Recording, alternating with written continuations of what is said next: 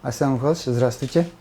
Добрый день. Мне очень приятно с вами побеседовать на данную тему. Мы обсуждаем тему кыргызский тайган. У нас в настоящее время реализуется такой же проект. И насколько мне известно, у вас есть тоже материалы из находок археологических, о которых вы могли бы тоже немножко интересно рассказать.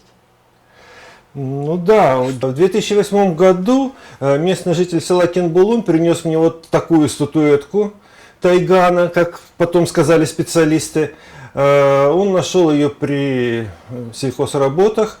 Очень интересно, это городище, оно не было учтено как памятник археологии, и местный или соседний кирпичный завод берет там глину.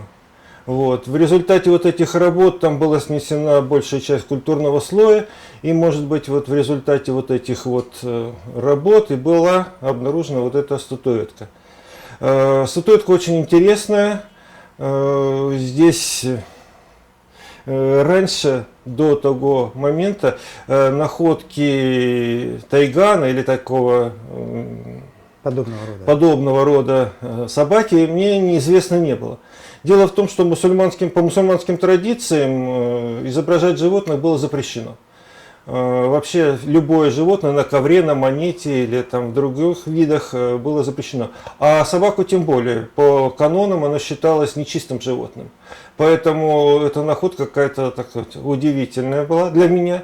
Она позднее была опубликована в статье Тарефтика, изданная в Узбекистане.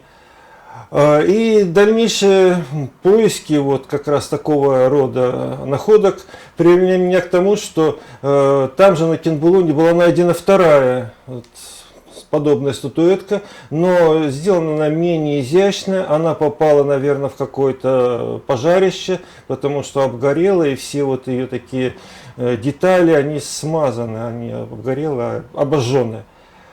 И дальнейшие поиски привели к тому, что, оказывается, у нас в Лебединовке еще в 1905 году была найдена тоже такая же статуэтка. И это наводит на мысль, что культ собаки и существовал где-то в наших краях как раз по времени существования городища, это 10-12 век, то есть во времена династии Караханидов, культ тайгана или культ собаки существовал здесь у нас на территории Кыргызстана.